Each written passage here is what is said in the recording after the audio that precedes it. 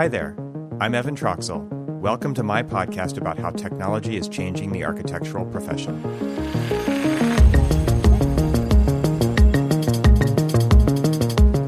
Welcome back to the Troxel Podcast. I'm Evan Troxel, and on this episode, I have a conversation with Donna Sink. Donna is an architect in Indianapolis. She's also known for her contributing editor role at Archinect, and she's also a co-host of the Archinect Sessions podcast. And I've been listening to that for years. I've been reading her writing and editorial, both at Archinect and on Twitter. And I've always enjoyed Donna's point of view. And she had a recent tweet that went out talking about payment for architects based on successful outcomes, a la the healthcare industry shift that has been happening as of late, which we get into quite a bit in this episode because that really prompted me to kind of come back at her idea with some additional thoughts that I've been having along with some colleagues in the office that I work in. And so I thought this would be a great conversation to share and have out loud with other individuals who have not been in the room, but to kind of bounce ideas back and forth and see where that goes. So this is a fantastic conversation around a potential different business model for architects, and then how we could start to shift our profession in that direction. Let's jump right into the conversation with Donna Sink. I hope you enjoy it.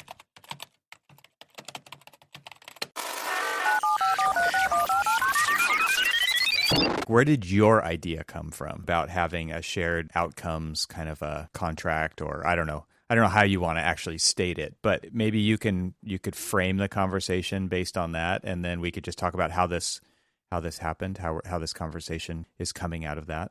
I feel like it's all part of a much larger topic within our discipline, which is, for me, something that I always react very strongly to and against is the idea that architects are, we're driven by our egos, and we only want to design the things that we want to design the way we want them, and not to do things that make our clients happy. And I have always approached architecture as in a way, a service industry. And to me, that goes back to very early. So I went to college in 1985 is when I started architecture school. And in my third year of architecture school, I took a studio where we focused on post-occupancy evaluations. And so there was a tweet about how architects would do better work if we would always do a post-occupancy evaluation. And I kind of responded, well, who's going to pay for that? Because I know from 30 years of practice that post-occupancy evaluations are typically not included in any way in part of our fee. But right. I also know from my third year in architecture school that people love to talk about the buildings that they inhabit and what works for them and what doesn't. So this studio I took was basically the first 6 weeks was just doing POEs, going out to buildings around the city. This was in Tucson, Arizona, and talking to people who had recently begun occupying a recently designed building about their experiences, what worked well and what didn't, and what things were too far apart, and where was noise coming from that wasn't working out because it interrupted their workday. It was mostly offices we were doing. And so that informed my design work from the very beginning of my design career. And I know that there are all kinds of architects, but I think that the vast majority of us are people who want our clients to be happy. We want our owners and people that use our buildings to enjoy them and like them. Yeah. And so you and I just got to talking then on Twitter about how could that be folded into a service in some way? Because as I said, post-occupancy evaluations are typically there's no fee for that, not for the architects, certainly. So how can we be, as architects, responsible to our owners and to the buildings and to continuing a relationship that we all can benefit from afterwards? And that's a whole lot of ideas all shoved into a 4-minute discourse. So yeah, and it takes me back to actually a couple different things. So there's the relationship part that you just talked about, and then there's this whole idea of post-occupancy, right? So I was at a Tech Plus conference here in LA maybe a year ago or so, and Dr. Upalinanda from HKS, she's the director of research there, gave a presentation, and they're a research group operating within HKS, and they do all kinds of really interesting kind of living laboratory kind of work where they're studying how people use space, they're studying the outcomes of their design, they're trying to link outcomes to design work, right? Where I think that's really where this kind of motivation comes from, right? Which is, why do a POE at all? and it's hopefully to inform the next, right? And that's Right. why what we do is called practice. But she really talked about it as, this whole, just even the naming of it is kind of silly, right? Calling it post occupancy. She actually just redefined that as life, right? That Right. pre-occupancy is sculpture, right? Right. And That's so, actually beautiful. yeah, I thought so too. And so when she's talking about working in design, we should always be thinking during occupancy, because occupancy is the longest stretch of a project's life, right? And so Yeah. you're taking a very kind of empathetic approach and saying, when we're doing this work and we're doing it as service to or in service of a particular set of functions or people and all those things, that we're actually thinking during occupancy and how will it be used. And I think that's one thing that architects do strive to do, and especially with that service kind of approach. And so it's kind of sad when we leave so much on the table and don't do the POE, right? Because then up until that point, all of this stuff is just hypothesis, and the building is just a prototype. And if you don't actually study how the hypothesis and the prototype play out, then what are you doing? Like, you're just reinventing the same potential bad problems every single time. Absolutely. And then you're also feeding into a culture, in my mind, that says that when something starts to get worn out or worn or used, that it becomes much less valuable. You that throw we it out. focus on this idea of the day that the building is finished, we take the photograph for the magazine and that's it. And then it's perfect and it's in stasis and nothing will ever be as good or perfect again. But, you look at, cultures across the world and all kinds of vernacular building where the maintenance of the building is just part of the life of the building. And I love that you use that phrase that post-occupancy is really just life. Like, yeah, this is the life of your home or your building or your whatever it is going to include wear and patina and all these things that sometimes we really value, but then sometimes we don't. And I think we need to, come to an understanding as a culture that perfect photograph on the day of substantial completion, that's a moment in time. It's an event. And it's the ongoing life of the building that is interesting and that we should be striving to make quality, Yeah, what she stated after that, I thought this was pretty beautiful too. It was just that occupancy is the oxygen of your building. Exactly. Yeah, because that first event, that photograph, is that kind of hello world moment. But then after that is when everything actually happens and all of those hypotheses get tested, right? So Yes. It's a really beautiful notion. And that's the beginning of the building, not the end. Right. And, from an architecture practice standpoint, just as a firm, we get most of our work through former clients or recommendations. So you want your owner to be happy, because then you will get more work from them, or you will get recommendations for additional work for other owners or from other clients. But then, the fact is, if you design a building and 5 years later the occupant of it is unhappy, you're not going to get those recommendations.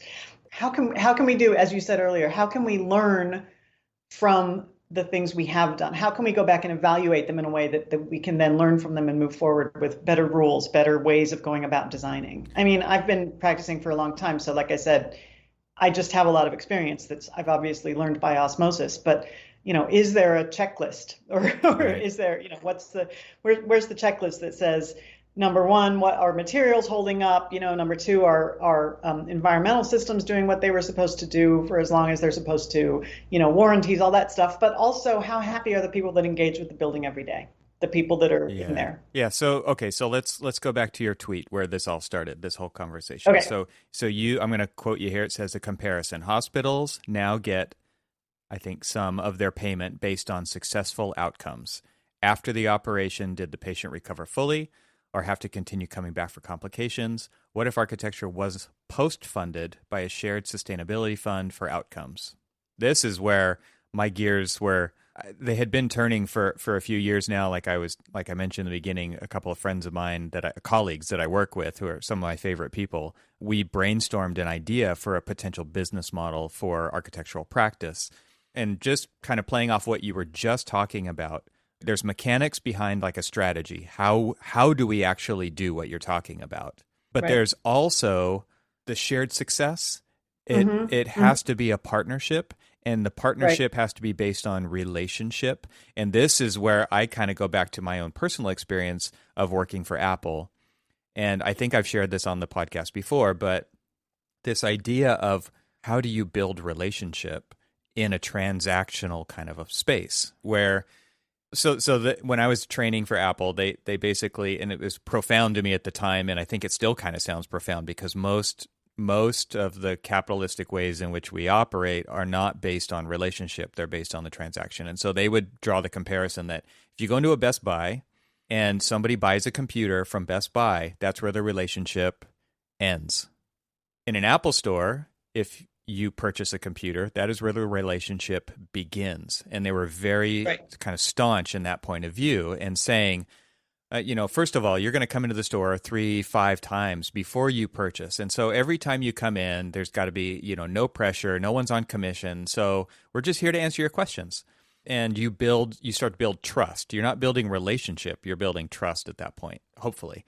And then once you purchase, you decide to spend a bunch of money on this thing, whether it's a car, computer, a house, a piece of architecture, like whatever that thing is, how do you then keep the relationship going? And so they would offer classes, they offer support, they'll open the store early for people to come in and learn something. There was all these different kind of tactics that they had in place to make sure that you enjoyed the thing that you purchased from them and would hopefully, like you said, this referral system or this word of mouth, like you're going to come back and you're going to do it again, hopefully. Now, that doesn't happen a lot with architecture, but it does happen with certain client types where they're building on a campus or they're developers or whatever.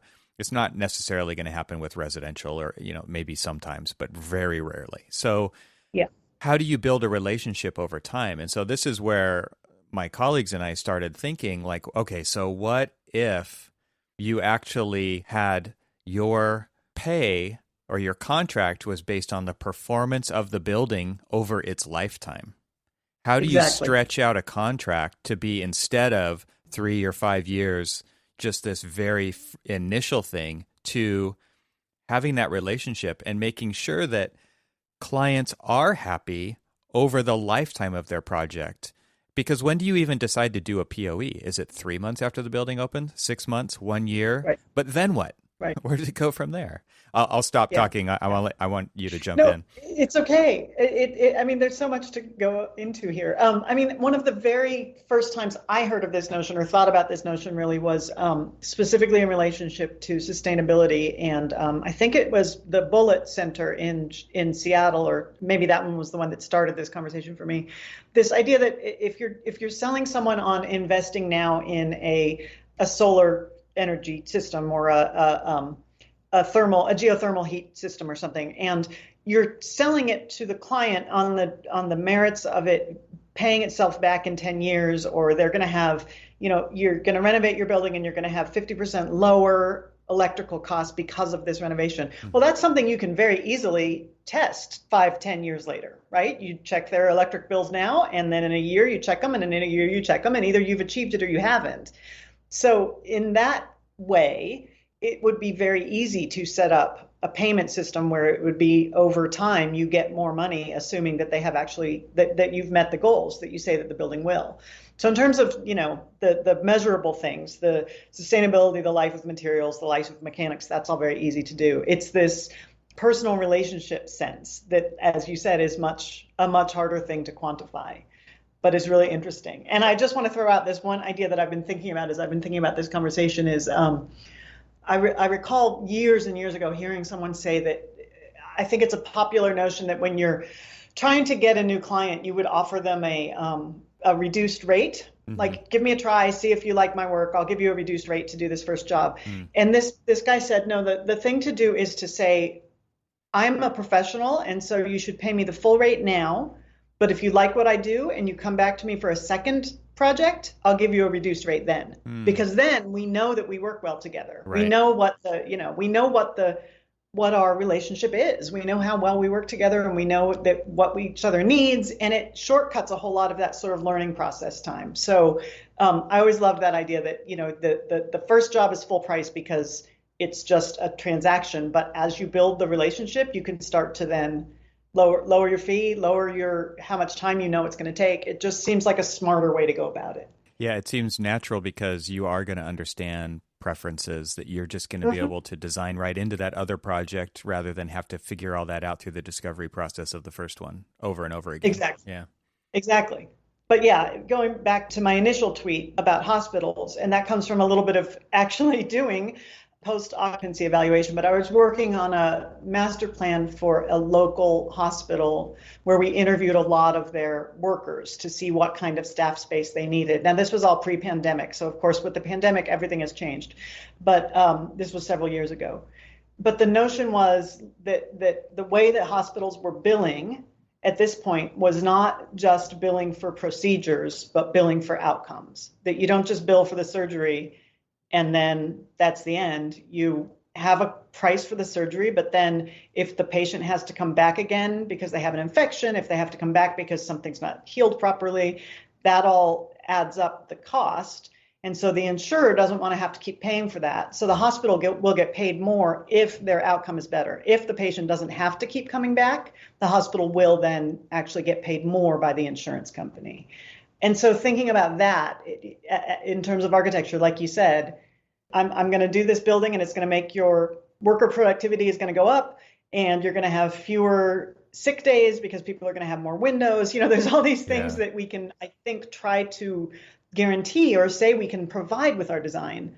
And then actually measuring those becomes much more challenging in terms of spiritual, you know, mental health outcomes. It's much more challenging. True. But you actually have to do that work and you have to aggregate that data over time and you have to have it inform what you continue to do. And so this is probably easier for firms that do a lot more projects. But I will just throw it out there, like how many firms are actually doing this at all? Because I think it just gets to that hypothesis stage and then we start again. And we get to that hypothesis stage and then we start again. And there's so much of architecture is starting from the blank sheet of paper because obviously there's differences in projects. I'm not trying to say everything we do is the same, especially where I work and what we practice in. You know, every client is different to some extent, but there's also lots of stuff that is the same every single time. And there are standards that have been created. And there's, you know, if you're working in a school, there's district standards and there's a lot of stuff that doesn't have to be recreated every single project that comes along.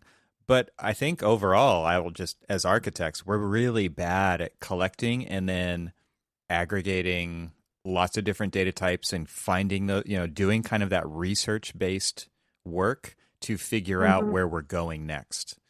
Yeah. I think that office furniture companies, Knoll and Steelcase, and these guys seem like they do a lot more of that, don't they? Yes. Like they look at how people use their furniture and then come back 10 years later to see what needs to be replaced and what. Yeah.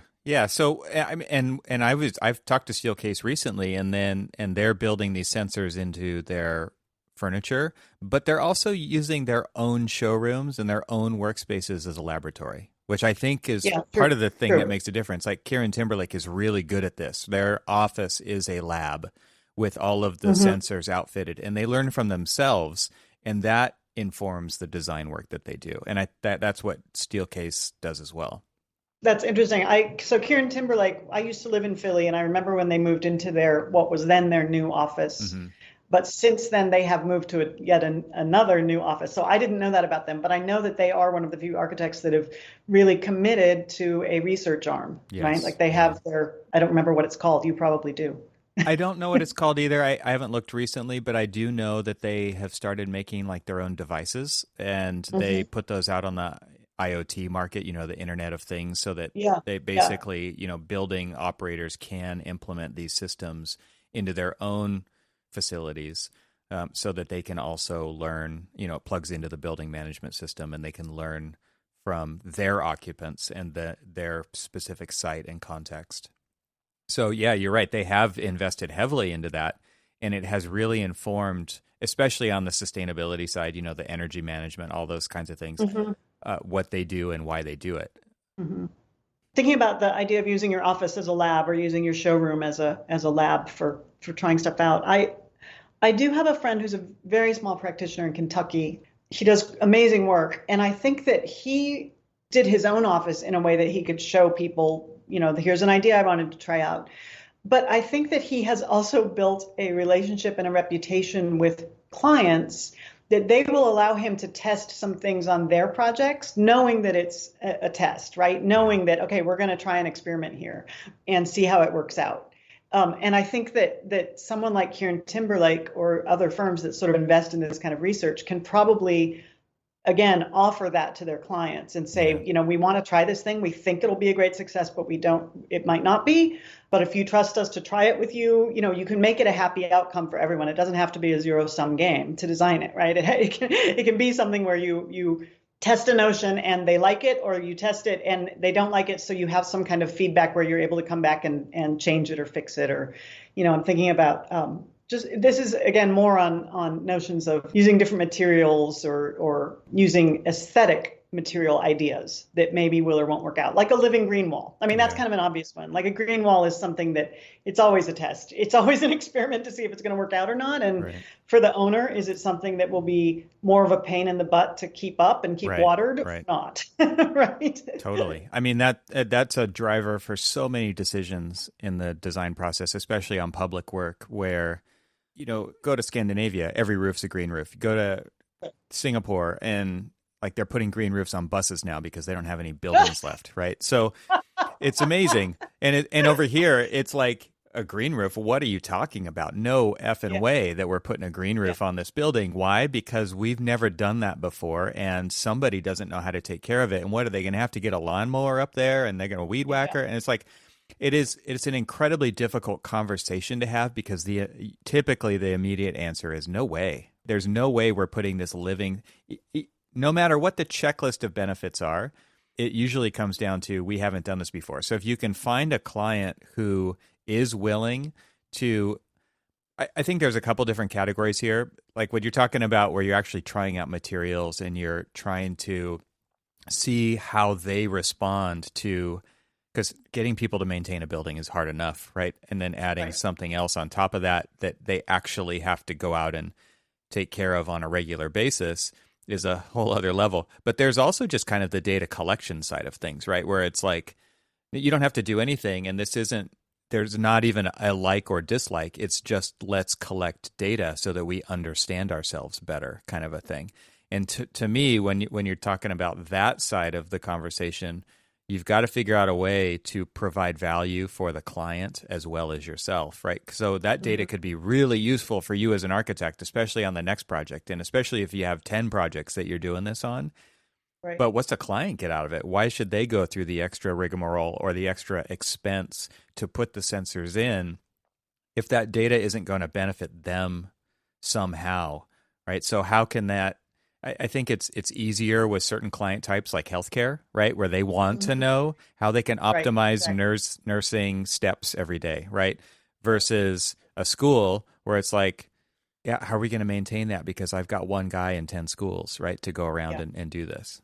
It's almost like it's something that operates on either a very small or a very large scale, right? It's either a client you have a personal relationship and you're working on their house and it's something that you'll go back and see them every few months anyway because you're friendly with them, and then it's on the level of a hospital, That's why someone like Steelcase can do it. They're a big company, they can work it into their how their company works, their business procedures, or very, very small scale, sole practitioner or small. It reminds me of a roofer I heard of once, a roofer who would do a residential roof and then would call the owner, the month before their 1-year warranty was up, call them back and say, hey, I'm just checking in to see if you have anything that needs to be done while you're still under warranty, let me know. So smart. And so that gives the owner more comfort and optimism and trust about the project. And then it lets the roofer learn where are the where are the things that his crew has tended to not do as well as they should have. Yeah.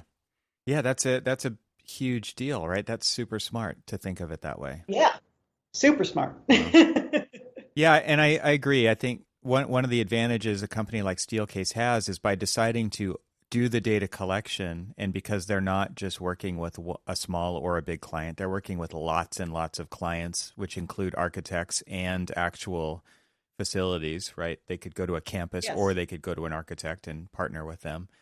They're then collecting so much data that they can use that to inform everybody's decisions that they work with. And so then it adds value to their offering because they're giving you informed data based on actual use. So they're saying these kinds of conference rooms work in these kinds of environments. This kind of furniture works in these kinds of environments. And that adds value because it gives me peace of mind deciding to recommend their system to a client. But it's also real data that it's not just somebody's hypothesis. They're saying, no, based on the last 12 months of activity in this range of client type, in these types of urban areas or whatever you're looking for, they can say, here's how it works. And you really can't argue with data, right? That's the beauty of it. Yeah, it's funny. You saying that just makes me realize that, I spent 5 years working not as an architect, but working in the facilities department of a art museum. Yeah. So I was on the facilities side of things, and in that role could see how important these long relationships with suppliers were. I mean, having Herman Miller come in there and deal with our office furniture, it was an enormous amount of knowledge and experience and ability that our in-house staff didn't have to have because we could bring them in. Yeah, that's huge. That's a big deal. So now have you thought about any kind of practical ways that this kind of idea that was in your original tweet, like how could that actually happen for architects? Like how would you put that kind of a system in place if you could to get paid based on these outcomes? I'm going to fall back on what I just said about it either being very large or very small and say that from a larger standpoint, it seems to me it's more driven by things like the mechanical systems and the energy expenditures of the building. Mm-hmm. But from a very small standpoint, it's going to be, having a personal relationship with someone and saying, I'll work on your kitchen remodel. And if a year from now you find that there's nowhere to plug in a toaster or whatever, you don't have to pay me the additional fee, but I'll hold back some of that fee for a year. It's a really challenging thing to think about contractualizing. Yeah. Because I do it already with my small scale residential clients. I keep in touch with them and I know what's going on, but it's not about my fee being withheld though, or about me getting a better fee later. The payback is in recommendations that they make. Sure. So contractualizing it within a larger context, I think would have to be around things like energy efficiency. How often do you have to turn on the lights in a space that I've designed for you, saying you can just light it with natural daylight, but then if it turns out they have to actually keep the lights on all the time, how do I not get paid as much a year, 2 years, 5 years later? Yeah. I have not really thought about how to do it contractually. See, I think this is where like the technology side of this podcast comes in. So this is where our mind started to go when we were thinking about this, because there's two sides to everything. There's the one side, which is like, how do you fundamentally change the way that a project is contracted?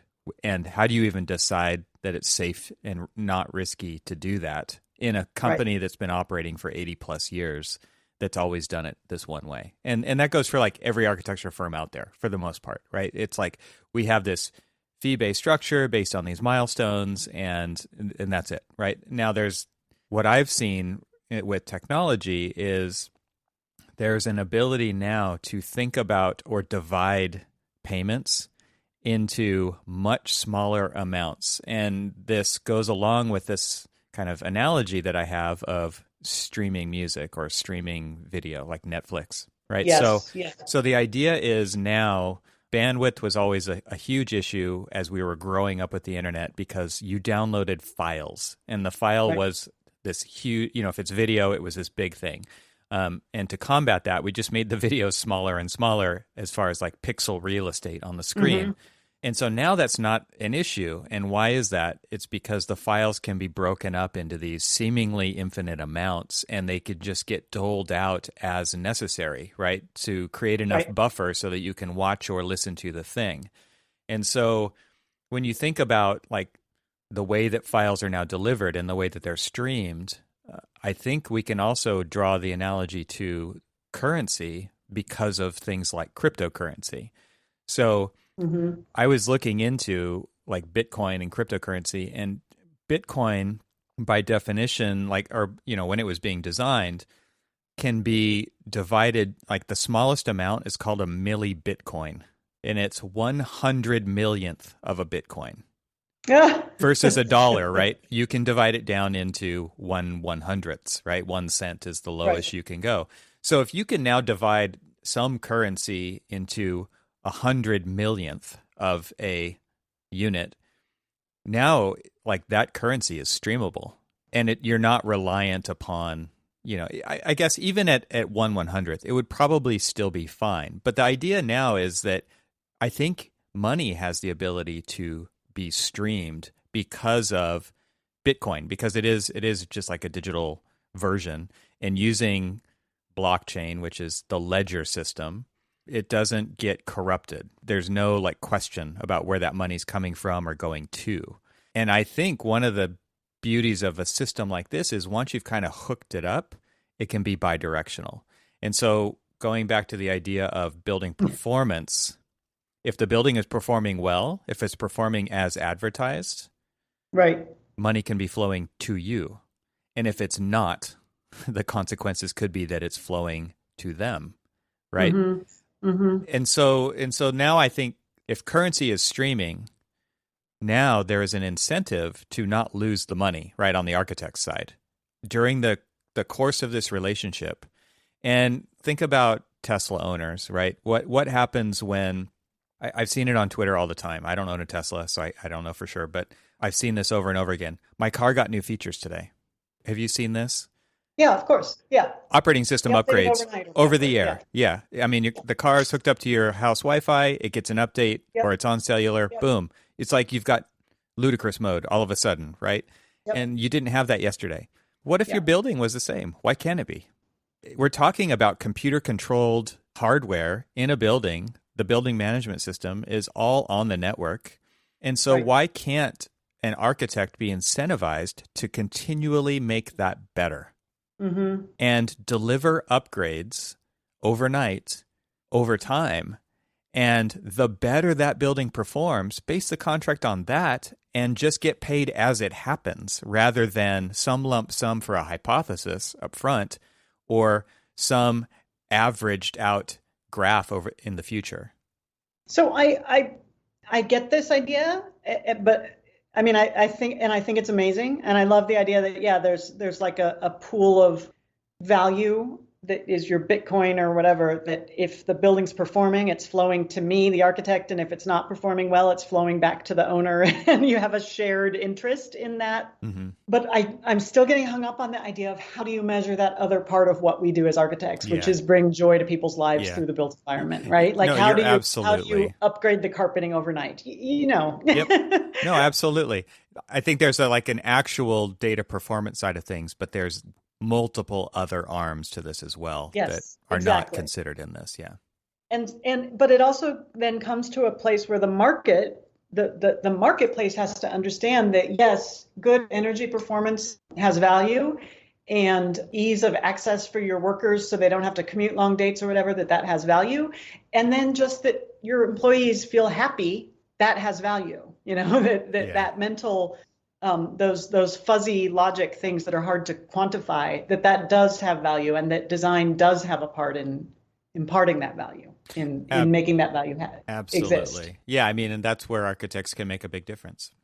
Sure. It's acknowledging that all of those different realms have value, and we have to work in all of them. We have to be successful on all of them to really make a great piece of architecture. That's true, and I think one of the things that I don't want to say push back on, but I think that the data side of it is where architects have probably not done the most, or what they should be doing as far as the environment goes. It's much easier to point at something and say like, well, that's an amazing museum because of the way it makes people feel. And like, I think there's obvious examples of where good architecture really shines from the aspects that you're talking about that are a lot more touchy-feely, right? Which is absolutely important. And then at the same time, we just reject the data side of things. or we have historically. I think we do, yes, because we do very much want to make people feel happy and feel joy through our buildings. So we reject that data really has any part to do with that, but it obviously does. I always think about the warmth on a stone wall, that it feels wonderful and warm in the winter when you're chilly, but then in the summer it's just hot and reflective, and you just wish, why isn't there a tree here? That can be made into data related to what's the ambient temperature of that day, how many cold, cloudy days have there been in the days before. Like it is all related to some kind of data that we can quantify.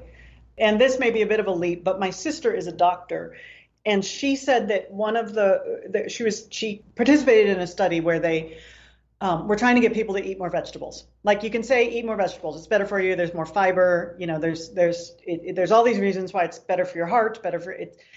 But ultimately, the way that they found they could get the most people to eat more vegetables was to ask them, okay, did you eat vegetables yesterday? Yes. And how did you feel today? You feel pretty good? And they would say, yeah, I feel pretty happy today. Yeah, tie those things together.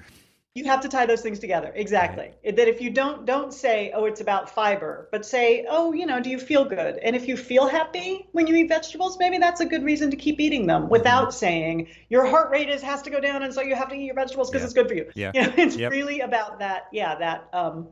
Getting the data from where they are willing to give it or to engage with it, I guess, is the question. It makes me think of, I'm sorry to do this. I bring it back to Apple again. One of the things that I've noticed over time that they do, like with their phones, is they never tell you what's in the guts of the phone. Mm-hmm. They never tell you how much RAM it has or how fast the processor is. Lots of other manufacturers do that, but it's because they don't want to hang you up with that kind of data. They want you to feel like it's the best phone you've ever used. And they're going to do that by making all the things on the inside work how they need to, rather than tell you about it. It's just going to work. And so I think that's kind of what you're getting at here, which is you're tying an emotion, your a state of being back to a behavior, right? And you're reinforcing the behavior with those outcomes. And so I wonder, like, how do you start to quantify those things architecturally? So if you're a doctor, when the patient comes in, or maybe there's a survey, there's an app, I mean, maybe it could work similarly for architects, but it reminds me of like going into the airport when we used to be able to do that. And you go into the bathroom and there's just like a 3-button thing next to the hand towels that says, like, is the bathroom clean, dirty? There's like 2 or 3 options.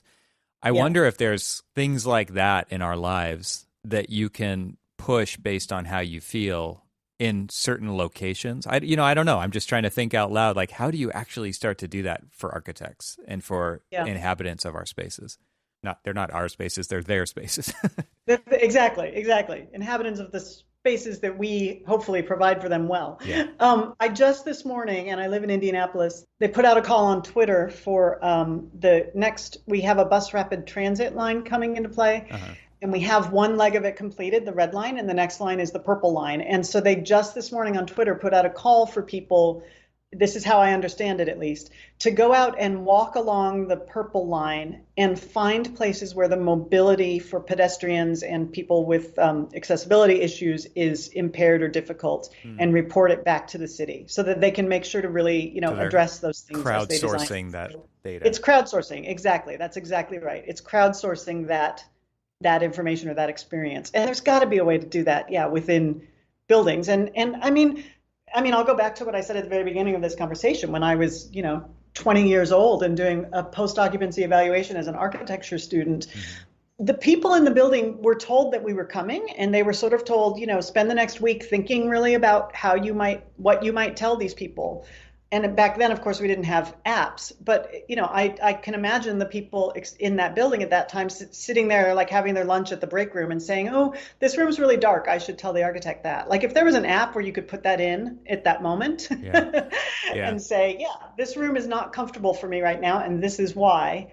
You could crowdsource so much data that way. Well, WeWork did that, right? They do that with their work environments because it's all, you just go in and you use whatever you need to use when you need to use it, and they have a system set up for you to reserve spaces depending on your needs. Right. But then after you use the space, they do have an app that was like, okay, so did you use the technology? Was it comfortable temperature-wise? Was the lighting okay? There's several questions that they ask you, and you can't ask too many questions, right? Because it's too much. But you can ask the right questions, and this starts to get me to think about when you are aggregating or collecting this data. I would imagine that the quality of the question really matters. So Absolutely. it can't, and it'll really change the way what data gets presented to you, I would imagine. So when you're telling somebody that you're coming and to think about the way they use their space, and I wonder how that changes things. Mm-hmm. Yeah, it's just not in the moment, so it's different.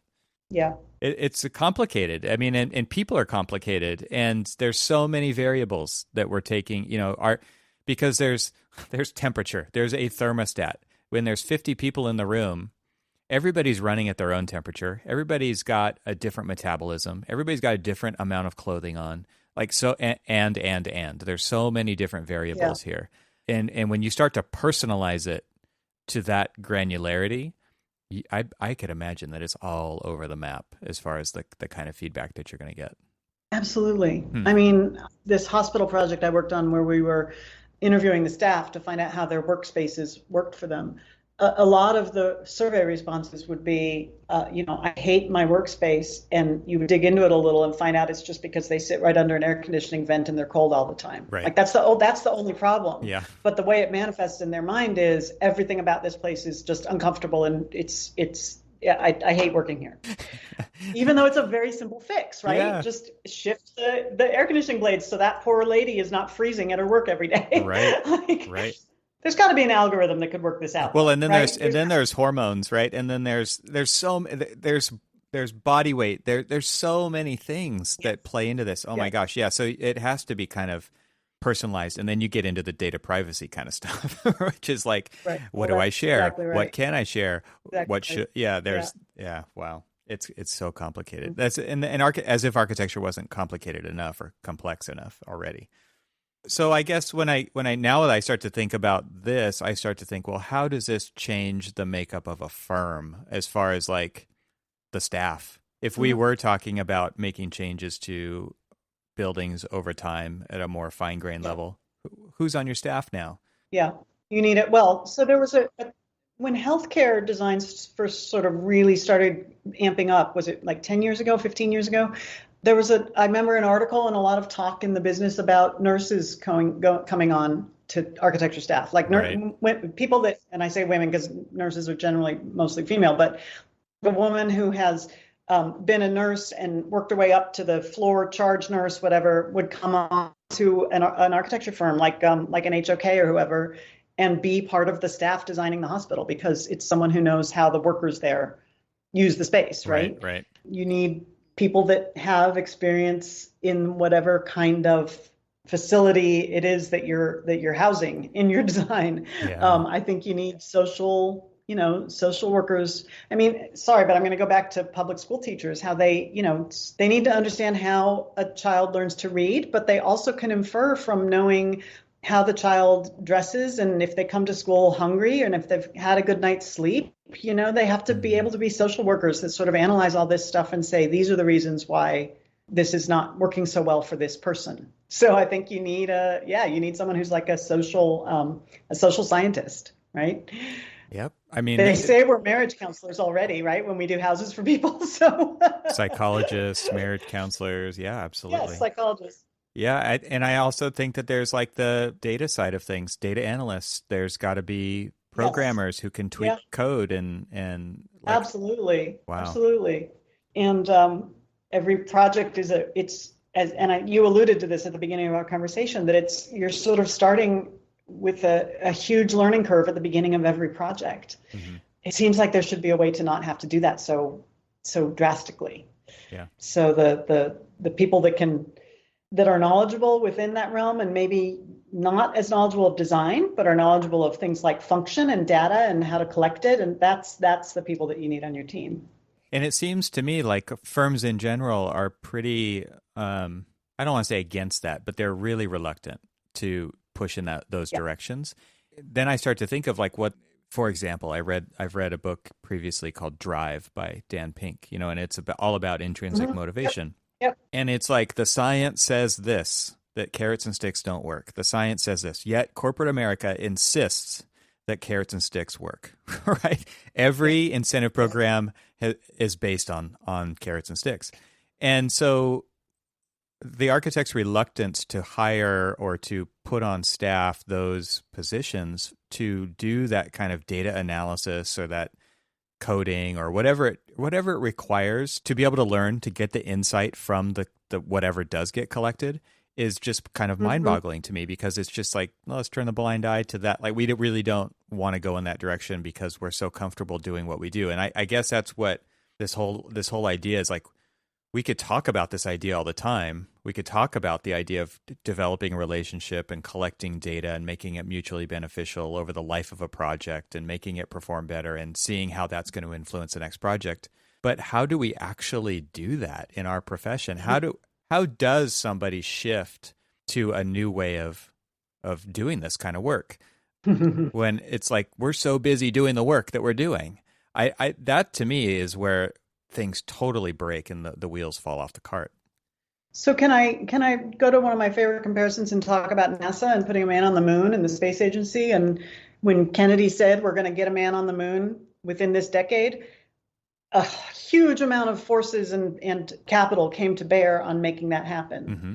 And I think that if we want to push for a new way of practice, there has to be a way for it to be paid for. And it may be that it's the general public good, in meaning that the government is paying for it, right? That there's a research grant to firms to do this kind of work, to figure out the housing solutions. And with COVID now, we've got a whole new way we're going to have to think about how offices work, if they're going to work at all. Right. And I think the way to make that work in the market is to have someone be funding it. And that probably means a huge entity like the government. That's an I don't know idea. who else is going to grant it, right?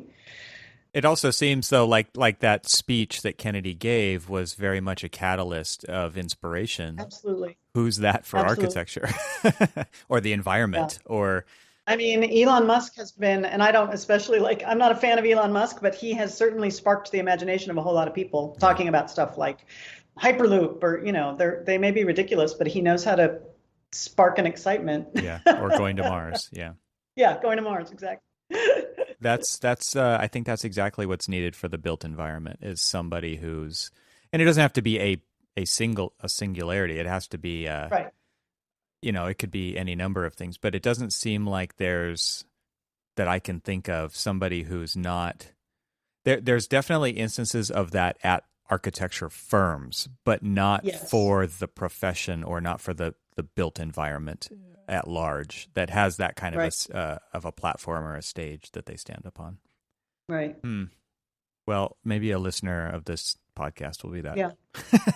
Yeah. Or suggest someone. I mean, I think that I definitely use Twitter, and it's interesting that, this whole conversation came about because of Twitter. Mm-hmm. I definitely use Twitter to sort of keep up on what kinds of conversations are happening. And I know that, the chatter about things like accessible cities and bike and pedestrian friendly and able and other able-bodied accessibility, this is all stuff people feel enormously passionate about. True. And building some of that energy into, pushing for funding or granting or the public good to take notice. I think that energy exists. It's just, finding a way to tap into it and to get it organized. Yeah. So, yeah. More questions than... I mean, this is obviously just the beginning of a conversation like this, but I would love to hear what other people think about or what other directions this could go, because it does seem like there's a fundamental shift necessary to address the biggest problems of our time. And architects should have a seat at that table, but we have to want to sit at that table, and we have to want to address those problems, or at least try to figure out how to. It seems to me like these are probably a lot more important than anything else going on that we could, if you start to think about these problems as being multi-generational, right? Or multi-lifetime problems to solve. That is really kind of the framing that needs to happen. and interconnected problems, because we have resource issues, we have labor issues, there's so many societal contextual relationships that come into play when you start to talk about any of these. So if you're thinking, in a very small scale of just how do I keep my electric bill down, well, you have to ultimately get out to a much bigger scale of how do we extract resources from the earth to do so, and who does it for us. So these things are incredibly intertwined. And architects are good at doing that. That's the way we've been taught to think, is to think very holistically about a lot of things. And so I think we should be at that table. Yeah. But yeah, we're going to have to sort of push in and demand it. Yeah. So yeah, any ideas, listeners? Let's throw it out there.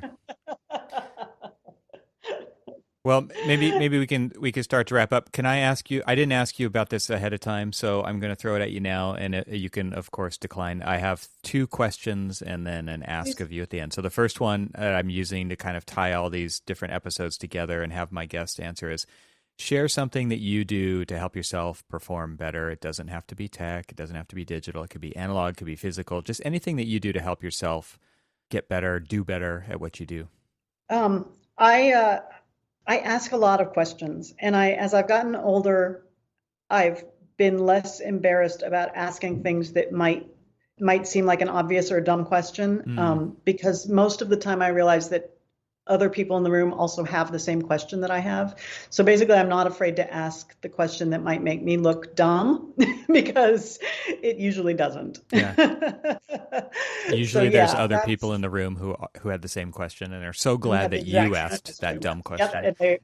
And so I'm happy to set myself up as the fool who asks that, because then it helps everyone else in the room. Yeah. No, it's absolutely great, because if you don't have information that's necessary, then how can you address what needs to be addressed? I think that's exactly. And it takes experience to get to the point where I think you just don't care about how you're going to look. Yeah. That's where I am now in my life. I'm 53 years old. I don't care. I just want to know. Learn that early in your life and you'll get even farther. Yeah. Exactly. All right. So next question, who are you listening to or reading right now? Who's influencing Donna?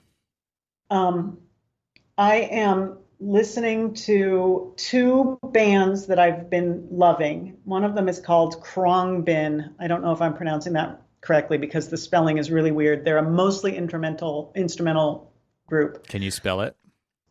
I think it's K. I'll email it to you when I find it. I think it's Khruangbin, something like that. Okay. Khruangbin. I'll email it to you or text it. And they're just mind-blowing and cool. And awesome. Then I've been listening to a band, and I say this with some trepidation, even though I just said to you I'm not embarrassed to look like the fool. There's this band called Lake Street Dive from Boston, and apparently they've been around for a long time, and I just heard one of their songs and completely fell in love, and now I can't stop listening to them. So they might be like they're kind of white person soul, which is again a little embarrassing, but it's pretty soulful and it's really good. So those are my 2 newest bands I'm listening to. Good recommendations. In terms of music. Okay. And are you reading anything interesting that's kind of influencing your thinking or just inspiring you? Sadly, this is not super helpful, but I'm reading, and I can't remember the name of the book. I mostly read fiction. Mm-hmm. And again, I'll have to just send you the name of the book because I can't. Oh, Zookeeper, something about a zookeeper. It's a story about a Polish zoo in World War II and how the Germans come in and invade and they take all the animals for their own zoos. And it's giving me a real historical sense. It's historical fiction, historical sense of what it's like living in an occupied city. And with all that's going on in the country and the world right now with our leadership and politics, it's just, I kind of feel like it's almost a guide to something that may be coming. So it's actually kind of sad, but it's fiction. Prescient. The Zookeeper's Wife, I think, is what it's called. Okay. And yeah, I tend to read fiction. The Zookeeper's Wife, that's what it's called. I read fiction because frequently when I read fiction, it helps me think about the things I'm actually working on at work or that I'm, working on in my life. I use fiction as a way to sort of, some people believe in astrology. Mm-hmm. I don't, but I will read a story and I'll let the story sort of guide how I'm thinking about things. So, yeah. It's interesting how those outside things can unlock something that you've been working on for who knows how long, right? It's so That's interesting. exactly right. Yeah. That's exactly right. It's about unlocking a different way of looking at a problem. Yeah. Interesting. So I go to fiction for that all the time. Very cool.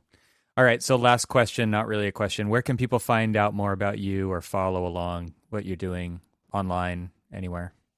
Well, Archinect is my number one. Like, I've been an editor at Archinect for 20 years, almost 20 years. I think the site's been around for 20 years.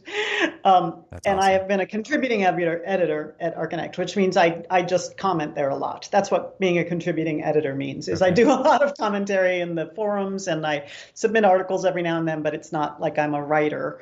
I'm just an active person on Archinect. And I post there under my real name, Donna Sink, although I started 20 years ago there. I was called Liberty Bell was my screen name, and sometimes I still post under that name as well. But it's pretty commonly known that Liberty Bell and Donna Sink are the same person. And then my Twitter is, I really try to keep my Twitter all about architecture, and I have an amazing group of architweeps, as we refer, including you, Evan, and all of the people that we both know together in common. And I love the Twitter interaction. I just feel like there's a whole lot of fun, and it leads to good, serious conversations like this one that happens on Twitter. So Donna Sink Arc is my handle on Twitter. And you have a podcast. And I do a podcast on Archinect Sessions. We have not been keeping up with it as well as you guys have been over at Archispeak.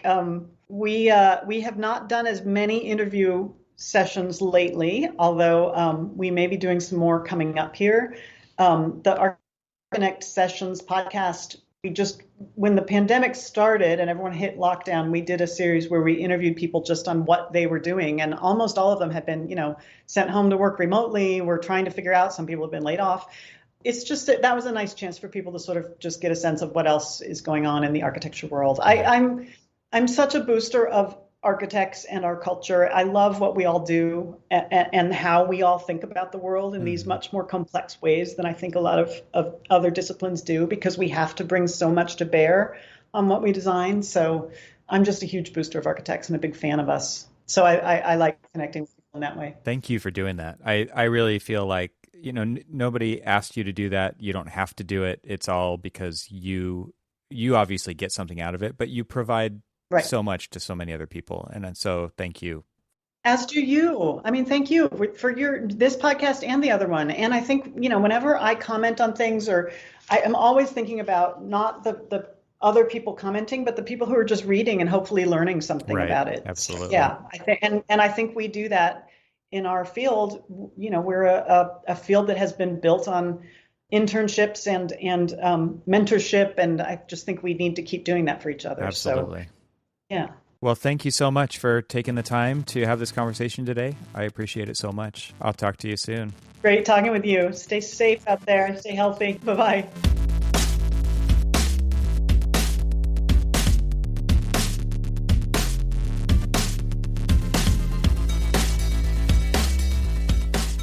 Thanks for hanging out with us today. This show is part of the Gable Media Podcast Network. You can see all the shows at gablemedia.com. That's GABLMEDIA.com. You can help support what I'm doing here by leaving a 5-star review on Apple Podcasts to help get the word out, and of course, share it with your friends. I'd love to hear from you, so leave a comment on the website at trxl.co/podcast, where you can find every episode. You can also follow me on Twitter and Instagram and YouTube. Just search for E. Troxel. Talk to you soon.